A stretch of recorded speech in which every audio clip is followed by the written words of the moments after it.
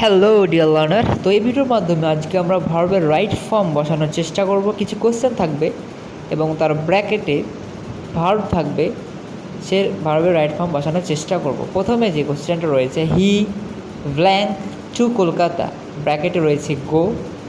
তো এখানে গো এর কোন ফর্মটা বসবে সেটা বসাবো। তো আমরা জানি সাবজেক্ট যদি প্রেজেন্ট ইনডিফিনিটেন্সে, সাবজেক্ট যদি থার্ড পারসন সিঙ্গুলার নাম্বার হবে, অবশ্যই ভার্বের সাথে ইএস বা এস যুক্ত হয়। তো যেহেতু third person singular number, so E S যুক্ত হয়েছে, গোজ হবে রাইট অ্যান্সার।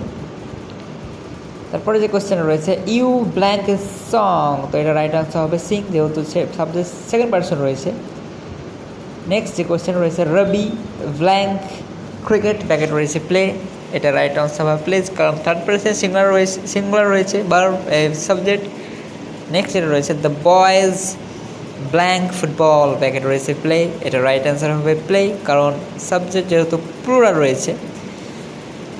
বিনা ব্ল্যাঙ্ক ব্যানানা, ব্র্যাকেট রয়েছে ইট, তো এটা রাইট আনসার হবে ইটস, কারণ যেহেতু subject third person singular number.